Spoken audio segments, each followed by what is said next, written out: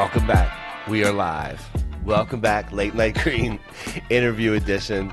What's going on, Mr. Todd? What's happening? What's going on? Yo, so I don't know. I'm gonna tell everybody why I'm laughing in the beginning here, because 2 shows in a row, at 10 seconds before we go, I always say, "Yo, bro, I'm opening up our mics," and then I open up the mics, and you go, "Oh." What's the name of the brand? Cough Country. All right, man. So that's what's going on? That's what's going on. All right. How are you tonight? Good. Feeling good. Yeah, I'm feeling good too. So we have an interview edition, no late night edition tonight. We got some things that we have to do afterwards, so there's no late night show. This is the show. It's an interview edition, and it's a good one. We're going to have a good one. We're going to bring it tonight. And our guest is going to bring it tonight, as you will also find out. You talking to me, control room? All right, mute out if you guys can. So would you like to do the grand introduction for our guest tonight? Because I'm excited. I'm excited, too, and it's exciting how we met him. That's right. We're going to talk about that. I feel like we're going to go on a journey tonight. Yeah, definitely. Yeah, we're going on a journey, I right? think, yeah. All right. So let's go. Go ahead. I'll do the introduction. You want me to do it? Yeah, go ahead. Let's talk about my man. Bring my man on. Ladies and gentlemen, I want you guys to meet Steve Corbertt, and he is an author of the book Weed, Wine, and Magic. Welcome to the show, Steve. How are you, my friend? I'm wonderful. Thank you very much. It's nice to see you guys. It is great to see you. And before we even get started, we have to tell everybody how we met, because we have known each other for, I think, now 10 days. Oh, at least, yeah. At least 10 days. So we had the pleasure of meeting Steve at the 420 event in Atlantic City. He was right across the way. He had a booth, and we had a booth. And before the day was out, we were able to introduce ourselves and talk to each other. And we kind of knew at that point, Steve's got to come on the show. So No doubt. yeah.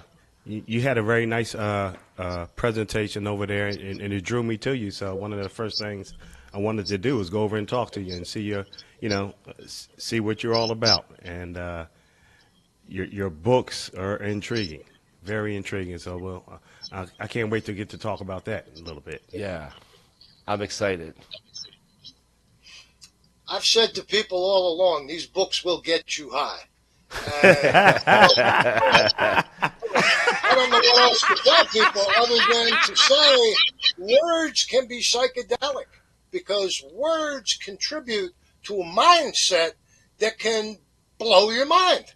And if you're into that and you want to accentuate your own creativity, your own trip, your own way of looking at life, that's what you do. You read, you think, you act, and it all fits together.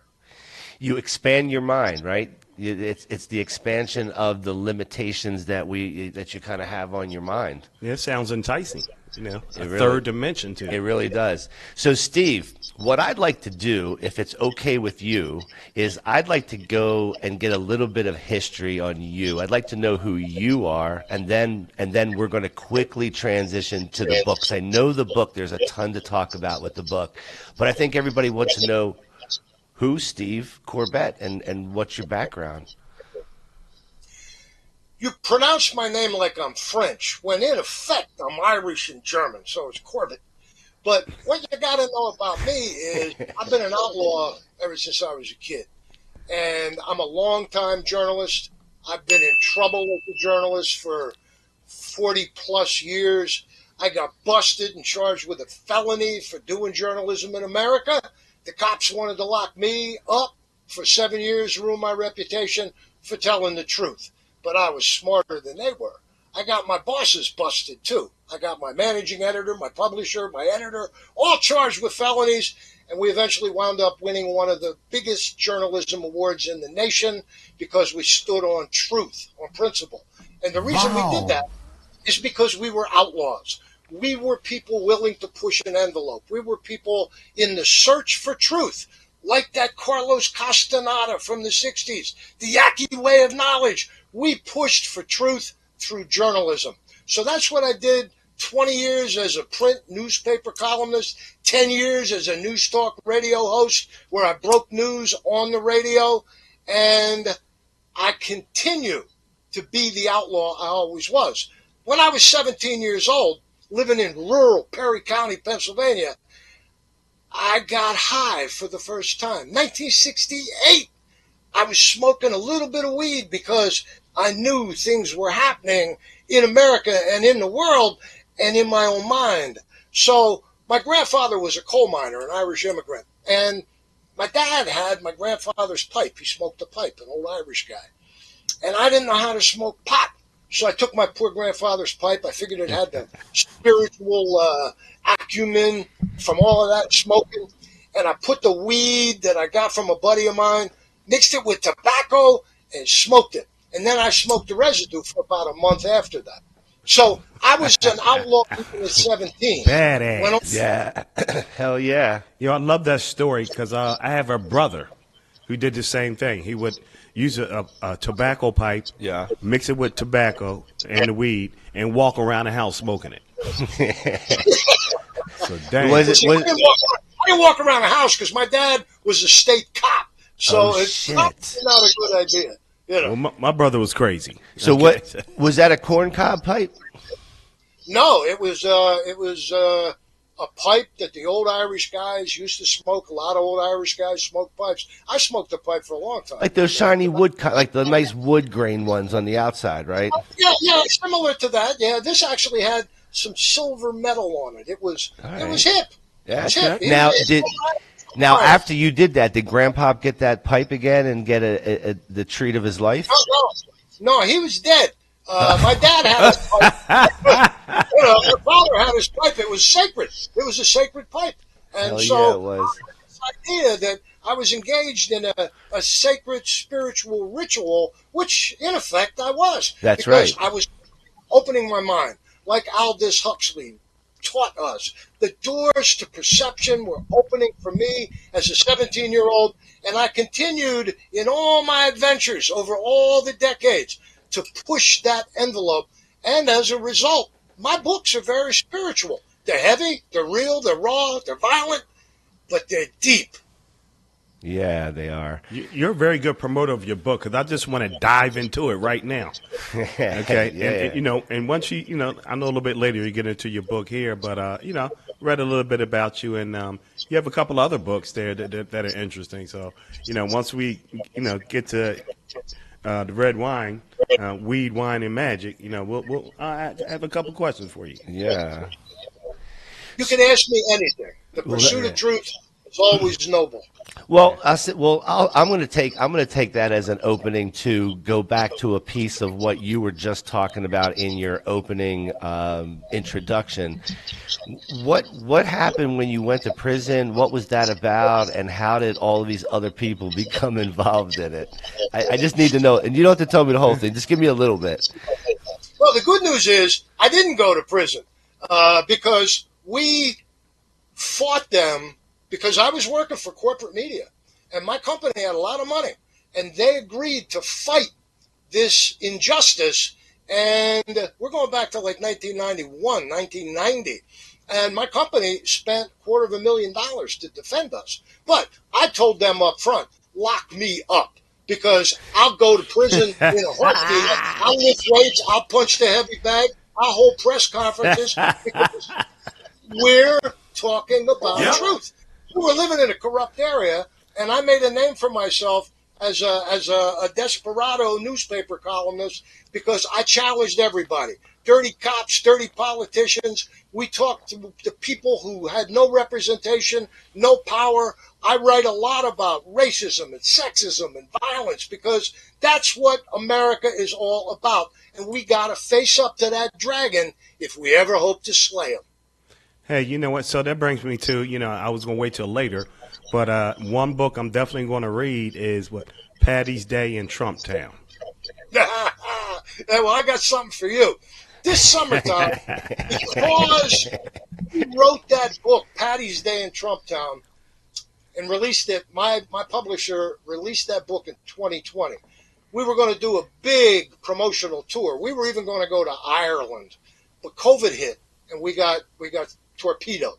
So we were not able to really promote that book about Donald Trump and his election and the people in northeastern Pennsylvania, Wilkes-Barre, Pennsylvania particularly, where I worked as a newspaper columnist, who supported Trump. And when Trump got reelected, 2024, we determined that we needed to revisit that old novel.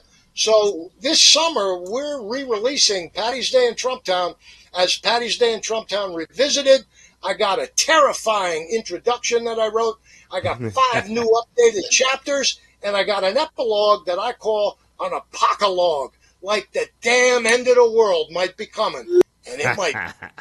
So is this an enhancement to the first version? Yes. Or is it, so should I wait for the second one or just read the one you have? Oh, yeah.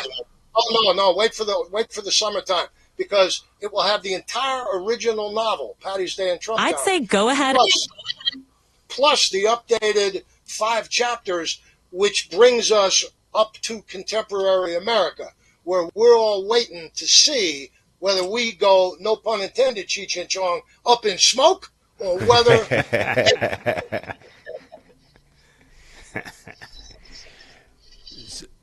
Well, it's only one way to go up in smoke, and that's the good way. So up in smoke is there's only one way to do it. Yeah. Only one way to do it. So these years that you spent in journalism, you were doing traditional news, correct? Well, traditional news in the sense that I was a traditional investigative reporter, a traditional commentator, but I did it with my perspective. I did it by pushing the envelope. I went farther than most newspaper columnists in America go. And as a result, I got a lot of heat, and I liked that. I thrived on the heat. But I also got into a jam with bosses, corporate hacks. I had some good support. Without the good support, I'd have never been able to do it. But I had some real bad support, too, and that's why people don't trust media. Most people trusted me, whether they agreed with my perspective or not. They trusted me, and then they feared me. The other side, which I considered to be the true enemy of the people, feared the truth. And that's what will set us free. Some long-haired, bearded dude said that one time. Some hippie, huh? Well, I'll tell you what. That is, you are right. The truth is the truth is the truth. Let me ask you this: were you able to cover within your coverage? Were you able to talk about cannabis-related things? Was that permitted within your news organization? It was permitted, but it wasn't really something during the time I was a journalist with corporate media that people were talking about. Most people only talked about weed when somebody got busted.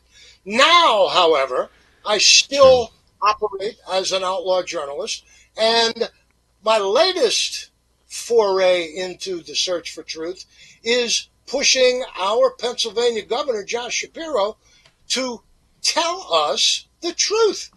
For the past couple of months, I've been pressuring the Pennsylvania governor's press office to ask the governor a very simple question, because he's pushing to legalize recreational cannabis, which is good. But my question is simple. Did you ever get high, Josh? And they won't answer. They won't answer the question. Well, I'm gonna say. And then I thought, well, what is this? Then I thought to myself, all right, what about the state police commissioner? I wonder if he ever got high. So I've been pushing the state police as well. They won't answer the question either, man. So what is up with that? You need to watch one of our prior segments. People who, famous people who get high. Okay, and listen to their responses. It's all bullshit. Yeah, it's a lot of bullshit. But let me tell you, my guess is Josh Shapiro got plenty high. That's my guess. Seriously. See, I don't operate in guesses. I want to know. And if he did, tell me. What's that too? Okay? I mean, I'm a guy, when you think this through. First got high in 1968. I was 17 years old. I went to college. I went to Penn State, and I got high up there. I wound up in Fort Lauderdale in 1973, working as a bouncer in a blood and guts bar. and I got high down there. Drugs were happening. This was even before Miami Vice and cocaine hit. I knew a dude that was one of the biggest international cocaine smugglers in the world. His book is called Snowblind. He's dead too. A guy by the name of Zachary Swan. I got high with Zachary. But my point is simple.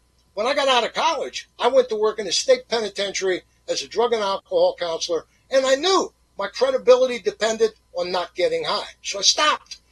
Then I got into journalism, and I thought to myself, I'm busting all of these crooked politicians, I'm in all of their stuff. For my own credibility, I can't break the law. So I didn't get high. I didn't use any Pennsylvania illegal drugs for 40 plus years. 40 years. Wait a minute. This is shocking news. This is breaking news. Stop. I want to know what that's like. I want to know what that's like is to be where you were and then go 40 years dry. I want to know what that's like. It's discipline. I don't want to know what that's like. No, wait a minute. I got deep into Zen Buddhism. I got deep into my martial arts. I'm a 4th degree black belt Aikido Jiu-Jitsu instructor. I'm a 3rd degree black belt Aikido instructor. I got deep into meditation, got deep into good eating. My wife and I are great partners. We share all these disciplines that also get us high. So all I'm saying is to take weed out of the mix, to take coke and anything else out of the mix, was just taking it out of the mix. We had far more opportunities to get high with other means. That's but true. now that I write this Weed Wine Magic, I get thinking to myself, this is just a couple of years ago. I haven't used any weed in 40 plus years. So how am I going to write about weed wine if I've never used weed wine? I never even knew that weed wine existed. I found a guy who's a world-class winemaker in California, where we used to live, where we moved. A guy who's a world-class winemaker. He's been illegally making weed wine for 20 plus years with his buddy who's a world-class weed maker. But when California legalized recreational weed, he was able to make real weed wine. You cannot sell it in California or anywhere else in America. Real wine with alcohol in it and real weed. But in California, you can make it and use it for your friends and for yourself, and you can give it away. So we had a book launch for Weed Wine Magic on the central coast of California, beautiful wine and weed country, and he gave me 2 bottles of primo weed wine. And it was the first time that my wife and I got high in 42, 43 years, and it was nice. It was you know, what a way to do it, too. What a way to do it. Overlooking the Pacific Ocean on the cliffs at nighttime, and it was nice. But when we come back to Pennsylvania, I go back to meditating and being a pesca vegetarian and doing yoga and experiencing the Celtic sun today, the beginning of summer, according to the ancient pagan Celts, and all those beautiful highs that we can get. And it's all part of the same thing, brothers. You are refreshing as hell, bro. Oh man, taking it to another level. I'll tell you, you're gonna have a large following with that. But listen, it's an interest. Like his whole perspective. He went around, smoked weed with everybody here and there, and then just quit. And where you and I would be going, oh man, we need the weed. He's looking at other ways to enhance his life, to get that same type of feeling. And I think a lot of people today don't think about that. Like it's not something. We missed the target. Yeah, we might have missed. No, you didn't. No, you didn't. Because now what you're doing is you're raising awareness to people like me and like people who have never experienced cannabis by talking to them about recreational weed, about a lifestyle that's right, with safety regulations and making sure we don't have pesticides, and making sure that nobody's poisoning the stuff, making sure that we can raise awareness to something that has been demonized by law enforcement, by government, by by people who wanted to make money and maybe didn't want you to use the product. The alcohol industry has done real well. They killed a whole lot of people that weed would never have killed. Well, it So just you do. it just shows how powerful the messaging was back in the 40s and the 50s. You can't quite see it, but in the studio we've got signs around us. It's the reefer madness. It's the devil's harvest. Yes. These are all. Yes. This is all the propaganda that was shoved down generations of people's Right. folks. Not only that, but it was our government who did it, and they changed the thought on cannabis all around the world. They created that stigma all around the world because of the things that we have hung up in our studio here. So it is extremely powerful because you're right. Alcohol didn't get that stigma. They don't have to work under those same rules. And I'll be honest with you, I was just at a good friend of mine's party this week, and they gave me a call ahead of time, and they said, "Hey, man, can you not smoke at the party?" And I'm like, "Yeah, that's I said I would never just smoke in someone's house like that without knowing whether Unless it's okay. But the reasoning was, Steve, is that there were some younger kids there, there were some nephews and some nieces there. But man, I'll tell you what, the fucking drinks were flowing. There's no stigma. There's no stigma attached to the alcohol side of this. However, when we talk about, I needed a one-day pre-advanced phone call to make sure I didn't do what they know I would do if they didn't tell me not to do it, even though I wouldn't do it in that setting. Do you know what I'm saying? Yeah. Well, so the stigma is real. Yeah, no doubt. Alcohol is okay and smoking is not. Things are changing a little bit, but traditionally, you're not going to have people smoking weed around your children. Right, but the point I'm making is it's the same children that you're showing them drinking. That the life of alcohol is somehow normalized to such a degree that it's not even thought about or talked about or even anything about. It's conflicting. Right, and keep this in mind too. The horrifying menace of prescription medication, and how many children are being pumped full of prescription drugs that are turning them into little who knows what kind of zombies. That's their right. parents are trying to utilize antidepressants and not really sure what kind of cocktail they're getting. So we got all kinds of things going on where weed, cannabis, if used responsibly, Can help and the if situation. research Yep. is allowed to continue, can help the situation. If you look into the pages of Weed Wine Magic, what I do is I take a spiritual perspective. I utilize a lot of Mexican spirituality because of the presence the Mexicans and Mexican Americans have on the Central Coast of California where we live. What I do is I also take real live history, people from the 30s that lived in the sand dunes, artists and poets and people you'd never think in a million years could live in sand dunes, but they had a community. In the 30s, they called themselves Dunites. But what I'm saying is my book deals with a make-believe cannabis strain that I invented called hoochah weed. I describe hoochah as the most potent, the most powerful cannabis strain on the planet. But what's funny is 50 years ago, I was in Ireland and I was studying for college for 3 months. I was living in Dublin. I was getting in touch with my family roots for the first time. I was boxing while I was in Ireland. And I was a little homesick. And so I concocted this story in my mind about a stagecoach after the Civil War, the year after the Civil War. And I had these ex-Civil War dudes, and they ran the first smuggling operation in a stagecoach full of hoochah weed from California to New York. And I never wrote that book.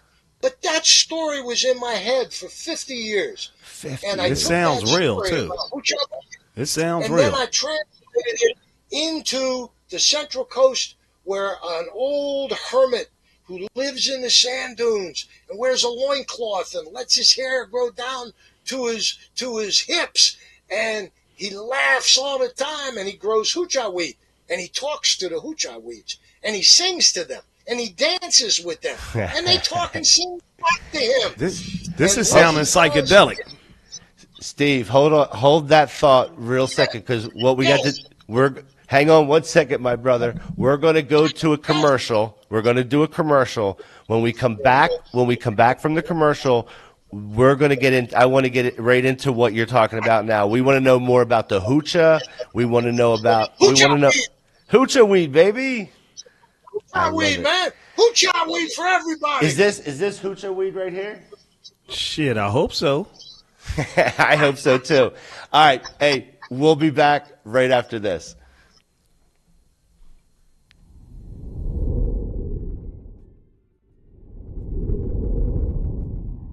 So many dispensaries have resorted to a bland, impersonal shopping experience, where you often don't even get to see a sample of the cannabis you're planning on purchasing before you buy it.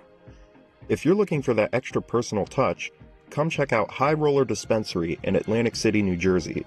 Our staff are avid cannabis connoisseurs who are sure to help you find the strains that fit you best. Whether you're looking for premium flower, edibles, concentrates, or tinctures, we have you covered with over 100 different strains to choose from, all of which are able to be seen, smelled, and thoroughly examined in our elegant showroom. If you're in a rush, we offer a seamless online ordering system that allows for in-depth exploration of all that we have to offer. So whether you're a novice or a seasoned stoner, be sure to stop by High Roller Dispensary and we'll make sure you're floating on cloud 9 by the time you leave.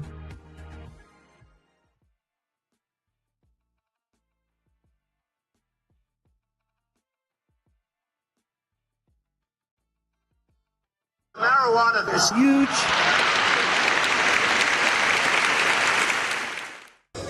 Hey, I'm OG Ganja Goddess, and you're watching Cough Country TV. Peace.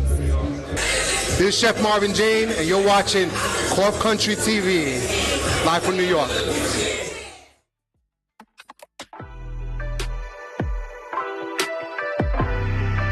Right around here, 15 inches, maybe if you're younger, you go up to 19 inches, you know?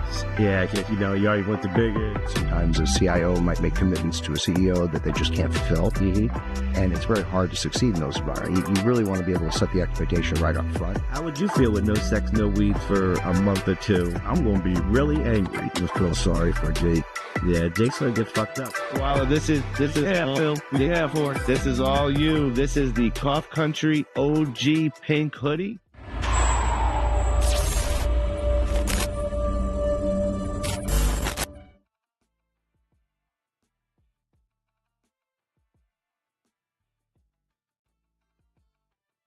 In terms of marijuana, I think it should happen.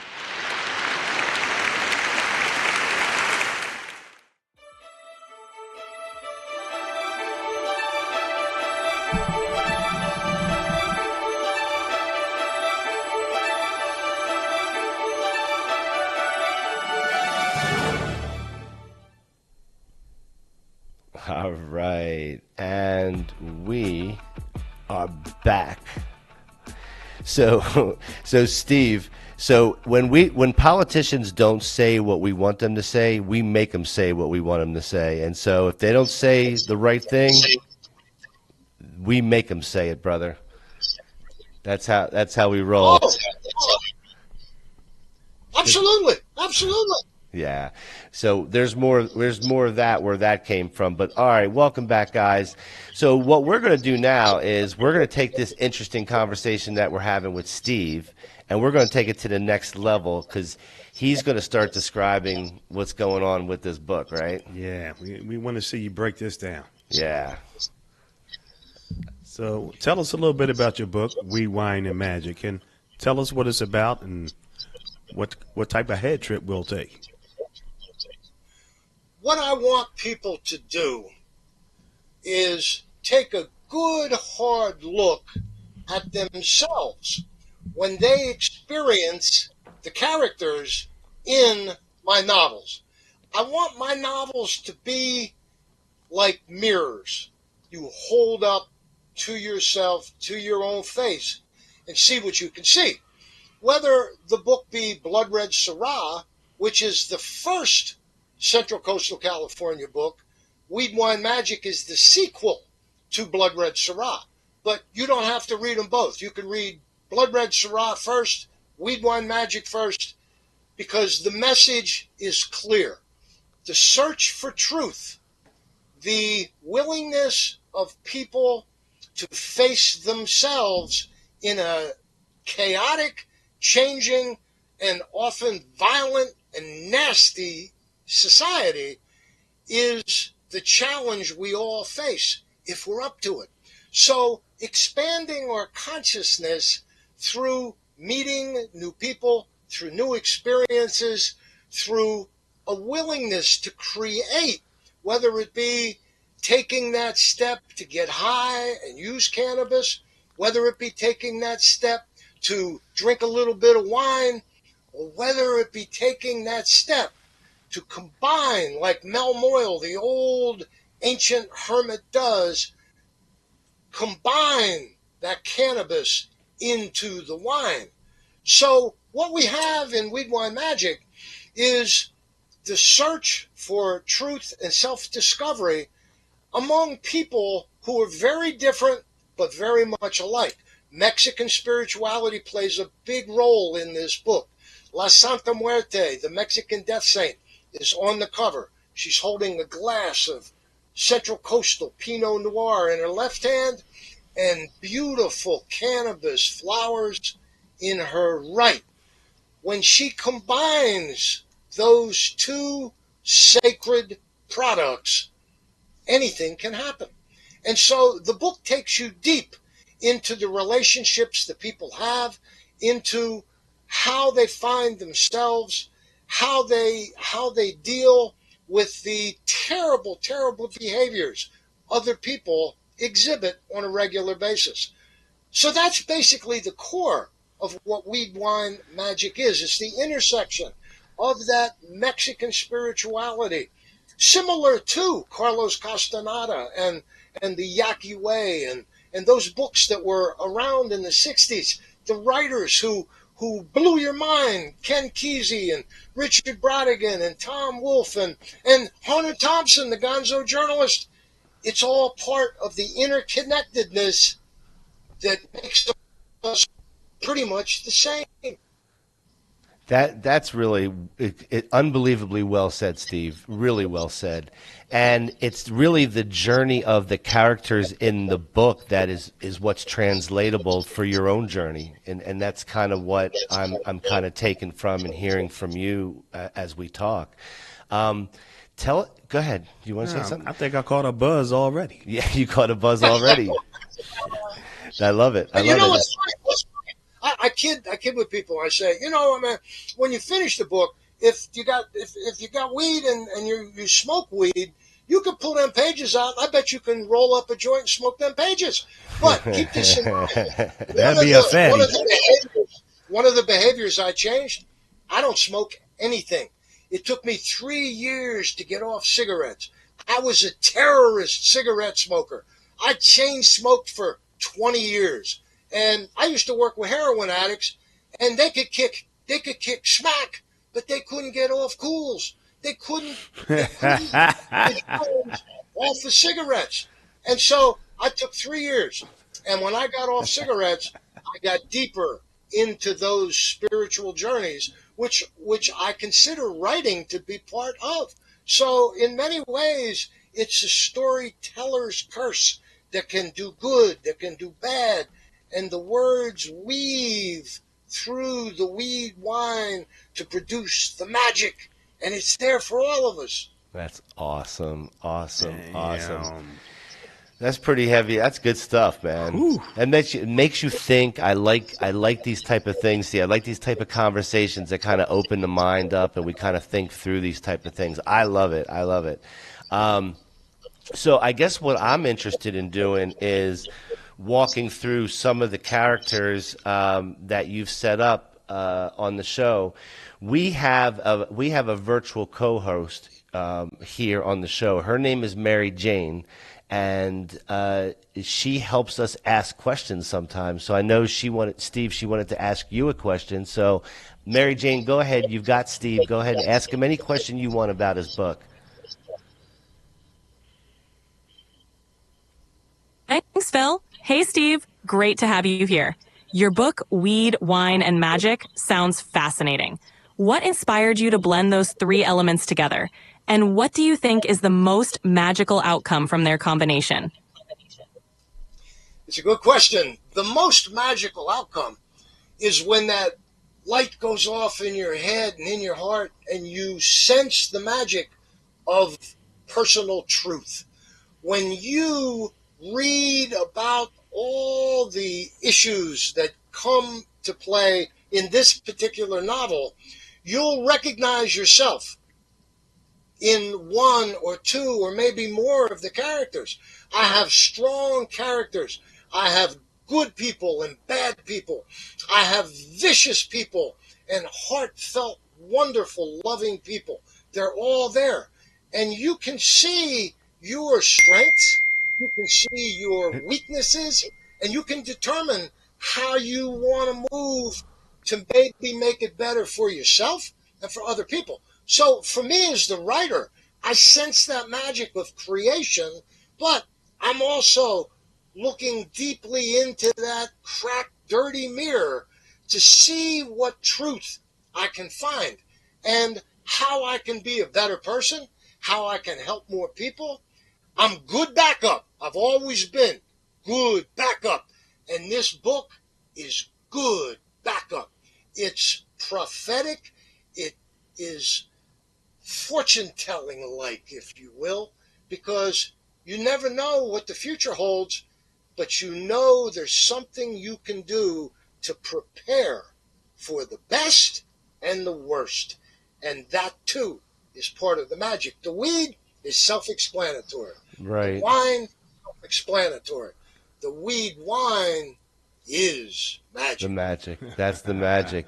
And really the magic is the journey that it sets you off on. I mean, it's not a moment in time type of thing. It's just it's a journey. Never stops. And like you mentioned, those cracks in the mirror. Those cracks in the mirror also help you see where the good and bad lie. So I think you need to understand the bad so you can put the good in perspective. That's how I feel. Exactly. Steve, would it be appropriate for us to ask you to give us, like, maybe a few of the characters and give us a little bit about each one of those? Because I think it would be interesting. And then at the end of this, we're going to tell people how to get to get a book of their own so they can read this. But maybe like a summary. I don't think we want to give it all away, but maybe just a little summary, like you were kind of on your way to do before we went to commercial. And Steve, if I can say for a minute, I'm going to read the book to Phil. 'Cause Phil can't read. I'm gonna read it to him so we all can enjoy it. Stupid. I think it's a good.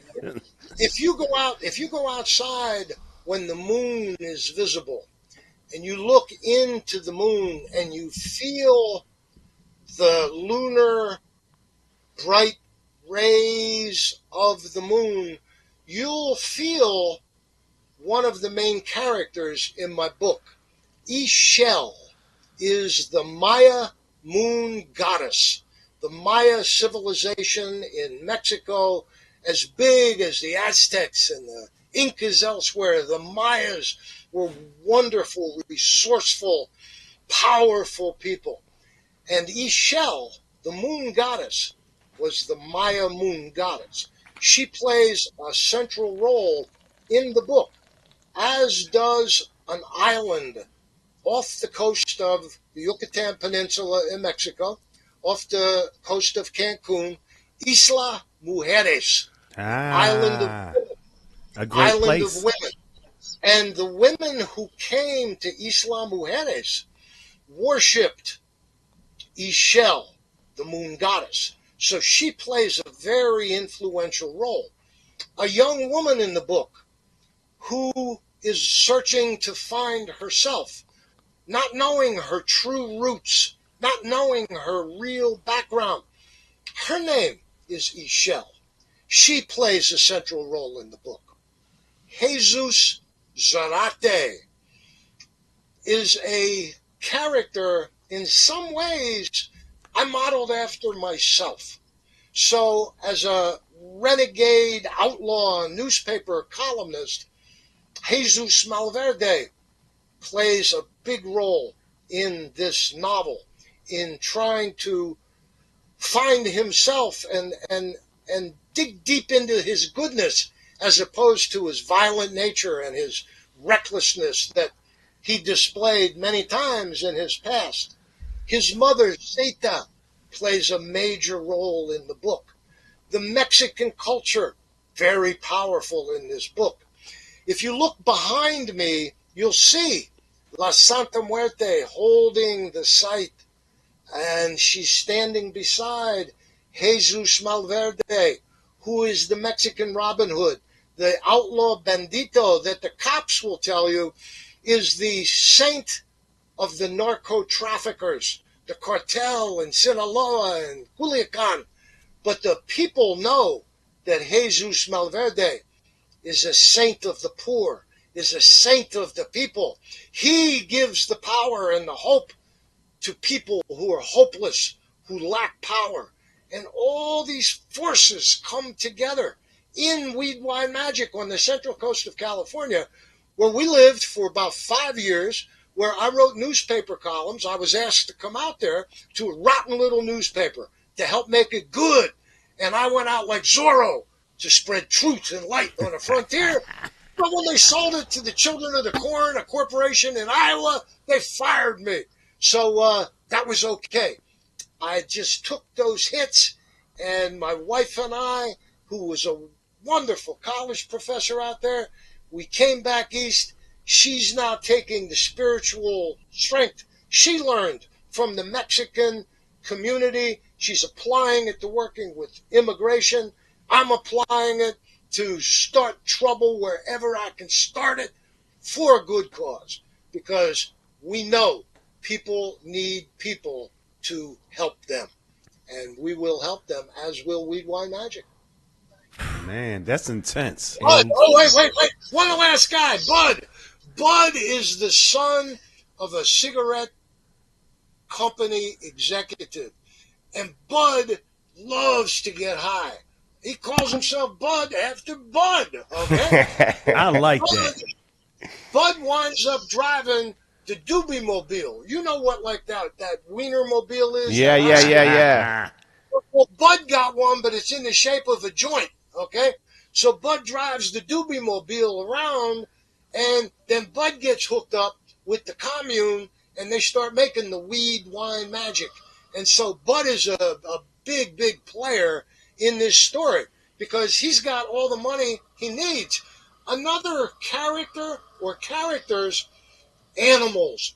I have coyotes that are four-legged animals under attack. People hate coyotes, and they shouldn't. I got great white sharks. I got whales. I got all kinds of wondrous animal power in this book as well. They're all characters. They all interact. As I've learned as a street Zen Buddhist, everything is connected and nothing is permanent. So let's make the best of what we got while we got it. My man. And let me ask you a question, Steve. Yes. My man. When your book, Weed Wine Magic, makes it to the big silver screen, can I play the character of Bud? I think that you'd be one of the best Buds. I think that would work out okay. Yeah, you can drive the Doobie Mobile. Yeah, you can drive the Doobie Mobile. That's all I want to do. So let me ask you this. Is Bud just a stoner, or does he have some sort of big tobacco interest in terms of... You got to read the book. His father was a multimillionaire tobacco devil, okay? But his dad wanted to hook young people to his cigarettes, and he wanted to mix it with weed. It gets complicated. But his dad was an evil, evil, dirty man. And what happens is his past comes to haunt him, the old man. But Bud gets all the money he needs, and so what happens is they realize, the old man and the sand dudes realizes, we can't sell this weed wine, so we're going to give it away. We're going to give it away like Johnny Appleseed or Johnny Reefer Seed. They're going to give away Reefer Seed. Damn. Yeah. Hey, did you meet? I met Johnny Appleseed at the at the event. Yeah. Yeah, I want to have. He's got some stories. I got to have him on.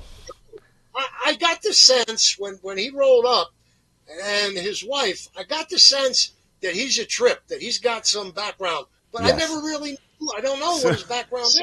Well, wait a minute. We're gonna get to the bottom of it. You said when my man rolled up. Oh, he literally rolled up, didn't he? Well, he uses a wheelchair. Yeah. Yeah, it's an interesting It's guy. a scooter. It's not a wheelchair. It's a scooter. Okay. Okay, Yeah. fair enough. Oh yeah, absolutely. But there is so much in this book that you can see in a troubled world. We live in a really nasty society now. A lot of people hate each other. A lot of people want to hurt each other. The world is crazy. So we got to get it right. Amen. And cannabis can take us there. Everybody chill out, fall back, put a cloud up. You know what I'm saying? Just chill. Put a cloud up. See, Wow. I'm contemplating, now that I'm back in Pennsylvania where it's illegal, I'm contemplating in these states like New Jersey, like New York, and when we go to California. I got a bottle of weed wine waiting for me for our trip to California in September. So I'm a newbie in many ways. I'm contemplating taking that step back into some low-level edibles to check it out, to see what it does. Because the last time we got high, Stephanie and I together, when we first met, we smoked dope for like a month straight. She kept an eye in the wok, okay? Like the cops wouldn't look in the wok.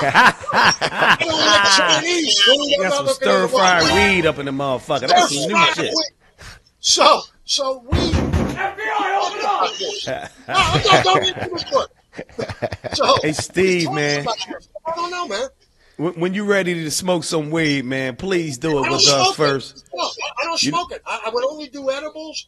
I don't smoke because I get off the cigarettes. What about dabs? Do dabs fall in that? I don't know anything about that stuff. You guys got to tell me because I don't know. It All would be low level. Because when I get off of it, you get paranoid, you get anxious. You know, I'd be so stoned. I'd be listening to records and thinking to myself, listen to me, records. I'd be listening to records and thinking, I've never heard that guitar riff before. But I don't want to get wrecked. I want to see what it's all about now. Well, I'll tell you what. You're invited. We have a dab station here. You're invited to come. We will take you on a very carefully curated journey. Yes. Right? Curated. You'll be in good hands. You'll be in good hands. We're not that far away, Steve. We're not that far away. So holistic. So listen, I will say this. If you write a book and you get up on a show and you talk about it with such vividness and intent like Steve did, then I think what you've done is you've stimulated people to want to read this book. Yes. And that's the purpose. That's what we wanted to do. We want to introduce Steve, but we wanted to introduce some of his work. And Steve, where can people buy Weed Wine Magic? People can come to my website, theoutlawcorbett.com. They can also buy all my novels wherever books are sold. They can go online to any of the outlets, whether it be Barnes & Noble or what have you. My 3 novels are available. And, of course, the 4th one, which will be the reissue of Patty's Day in Trumptown this July, they can buy that too. So my website is a good place to check out some of my other writing, theoutlawcorbett.com.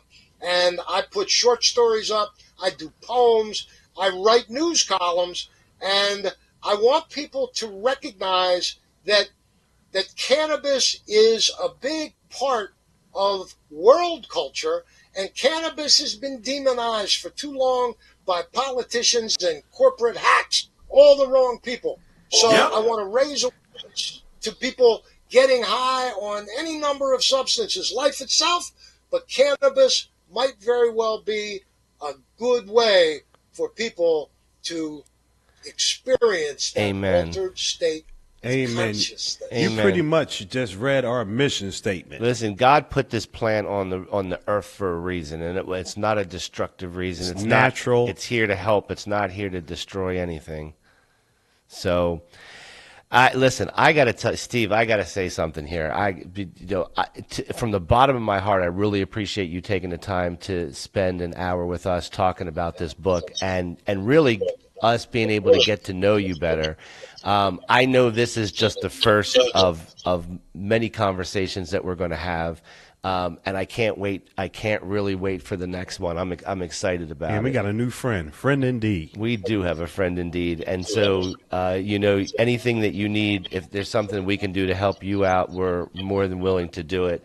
We just want to tell you that we really appreciate you being on the show tonight and telling us about the book and about yourself. We appreciate that. And one question, in lieu of like Phil, do you have a audio version of this? Phil can't read, and I'm sure a couple of people out there might struggle.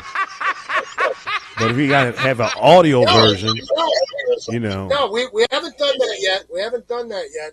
But two things. I want to thank you both for your kindness and your courtesy and the hard work that you're doing, because you're bucking the system in many ways, because there are forces of evil out there that are trying to hurt people's reputations, to trying to portray people like you as if you're doing something subversive and wrong, when in effect you're moving forward, you're raising awareness to another level. So I want to thank you for not only having me, but for doing the hard work you do. Wow. And for people who want to see this interview, how can I post it on my Facebook page, on my website? How can people find this interview tonight? Yeah, so right now we are broadcasting live on YouTube, the Late Night Green channel on YouTube. We are broadcasting on the Late Night Green channel on Rumble. And we are also on Cough Country TV on YouTube. So you'll be able to go to those three platforms. We'll get you a copy, Steve, to make sure that you've got the content to use as you wish. But anybody who's not watching tonight can go to that, to go to these platforms and see it. And then from this show, Steve, we'll also break down a lot of different clips. So, we know that people have a relatively short attention span, so their only exposure to this interview may be a 60-second clip. But that 60-second clip, I'm assuming, will be very good, because this interview was good, and it was packed with information that really, at the end of the day, makes me want to expand my mind. It makes me want to read the book. He definitely took me to another place. Yeah, absolutely. Absolutely. So that's how, that's how anybody who's following you can go back and watch this. This will get broken up in clips. I think you'll probably start seeing it on Saturday in our feeds.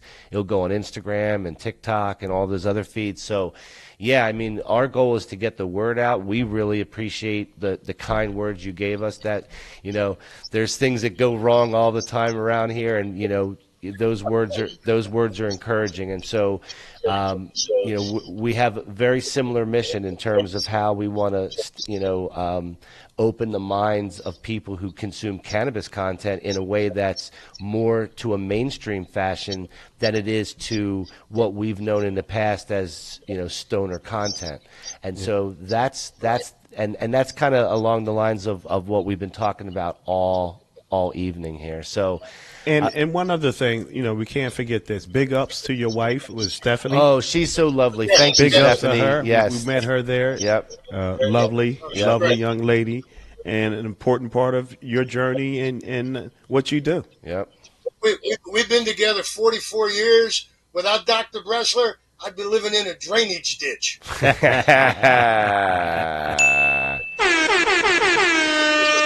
Shout out to her. Shout out to her. So, all right. So if you guys want to get this book, we want you to go to the outlawcorbett.com. Did I get that right? T-shirt, man. Look what the T-shirt. Oh, look at that. Oh, he's looking good. He's wearing the Cough Country. Looking good, baby. Yes, sir. My man, thank you for supporting us. That's the fatty label one. That's fatty label. Yeah, that's the nice one. Yeah, we appreciate the baseball version. We appreciate the support, and we're going to tell everybody we know about this book. we want to see you do as best as you can. We thank you for coming on the show tonight. Hey, guys, there's no late night show, so this is it tonight. If you guys like this, please give us a like. This is how we can grow the channel. If you're not subscribed, give us a subscription, please. Don't make Todd beg for it. I can't read, and he doesn't like to beg, so give us a subscription. Tell a friend. We'll be back on Tuesday. We've got some interviews. We've got some people coming in next week, so it should be a good week of programming. Stay tuned for more. We got more coming, guys. Keep doing the damn thing. Steve, all right, thank you for joining us, and we will see you guys next week. Peace. Amen. Peace. Peace. Peace and love.